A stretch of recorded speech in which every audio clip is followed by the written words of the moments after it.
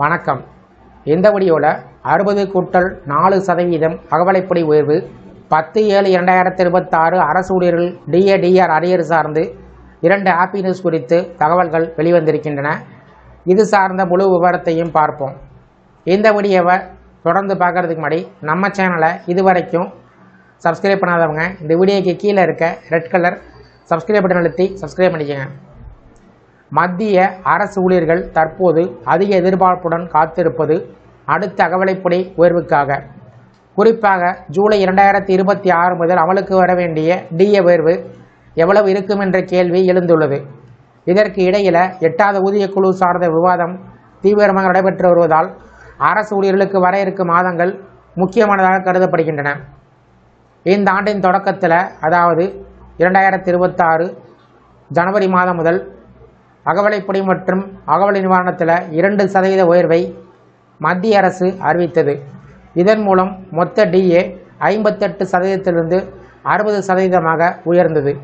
இந்த உயர்வு அரசு ஊழியர்களின் சம்பளம் மற்றும் ஓய்வூதியர்களின் வருமானத்தில் கணிசமான மாற்றத்தை ஏற்படுத்தியது.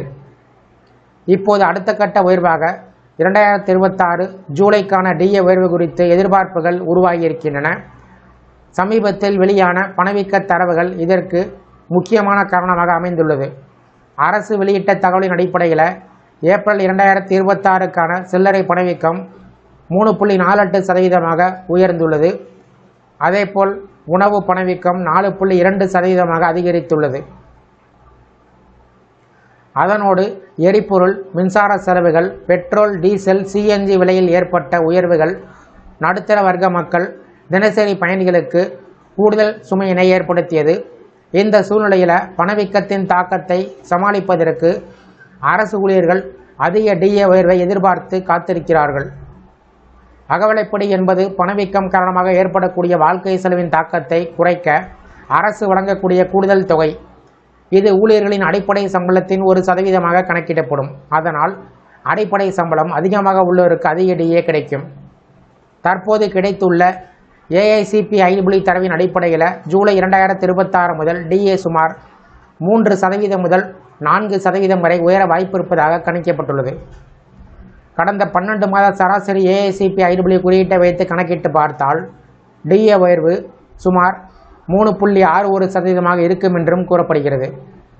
அதாவது தற்போது 60% உள்ள அகவலைப்படி ஜூலை 2026 முதல் 63 அல்லது 64% உயரலாம்.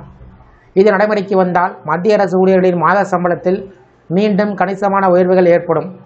இந்த டிஏ உயர்வு 7வது ஊதியக்குழுவின் பரிந்துரையின் அடிப்படையில் கணக்கிடப்படுவது குறிப்பிடத்தக்கது. அதே சமயத்தில் 8வது ஊதியக்குழு தொடர்பான அறிவிப்புகள் வர இருப்பதால் அரசு ஊழியர்களுக்கு வரக்கூடிய காலம் பல நல்ல செய்திகளை கொண்டு வரக்கூடும் என்ற நம்பிக்கை நிலைவருகிறது. இந்த வீடியோ குறித்த உங்களுடைய கருத்துக்களை கமெண்ட் செக்ஷனில் பதிவு பண்ணுங்கள். இந்த வீடியோ பிடிச்சிருந்தால் வீடியோக்கு ஒரு லைக் பண்ணுங்கள். இந்த வீடியோவை உங்களுடைய நண்பர்கள் மற்றும் உறவினர்களுக்கும் ஷேர் பண்ணுங்கள். நன்றி.